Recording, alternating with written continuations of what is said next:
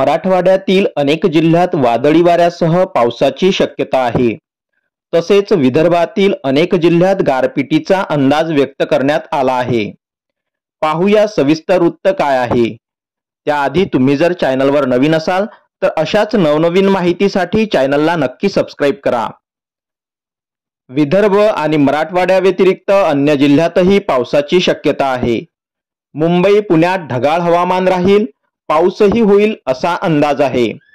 मराठवाड्यातील जालना, परभणी, बीड आणि छत्रपती संभाजीनगर या जिल्ह्यात विजांच्या कडकडाटासह पाऊस होईल।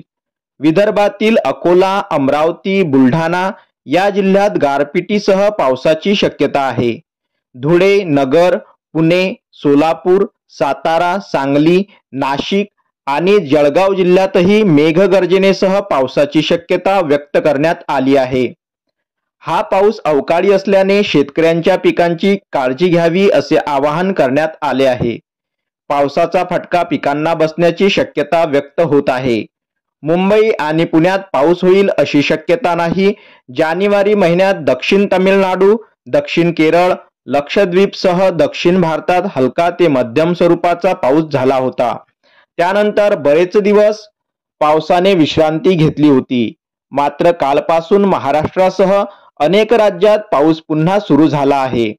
हा पाऊस असाच सुरू राहिला तर रब्बी हंगामातील गहू, हरभरा, करडई या पिकांचे नुकसान होण्याची शक्यता आहे।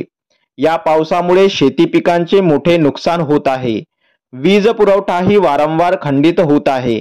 त्यामुळे शेतकऱ्यांच्या अडचणी वाढल्या असून अवकाळी पावसाने केलेल्या या नुकसानीची तात्काळ माहिती घ्यावी, पंचनामे करावेत आणि शेतकऱ्यांना सरकारने भरीव मदत करावी अशी मागणी आता होत आहे।